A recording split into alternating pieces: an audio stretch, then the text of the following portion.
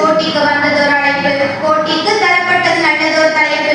அழைப்பில் மகிழ்ந்து தலைப்பை புரிந்து என் பேச்சிலே தரப்போகிற நல்லதோர் விருந்து. அவையோர் அனைவரையும் வணங்கி தொடங்குகிறேன் என் உரையை.